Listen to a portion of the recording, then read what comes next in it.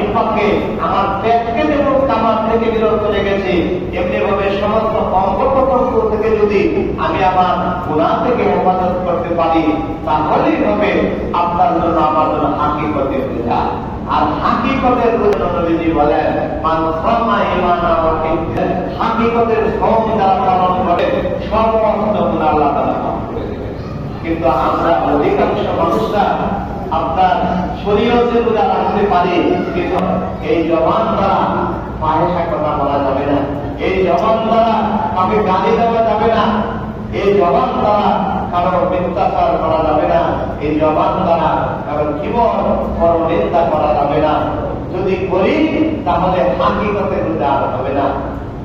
রাসূল সাল্লাল্লাহু আলাইহি ওয়াসাল্লাম বলেন,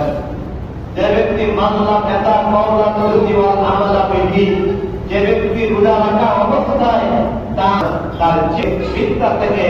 সুগন্ধি থেকে, পরনিন্দা থেকে তার জিহ্বাকে হেফাজত করতে পারলো না, তার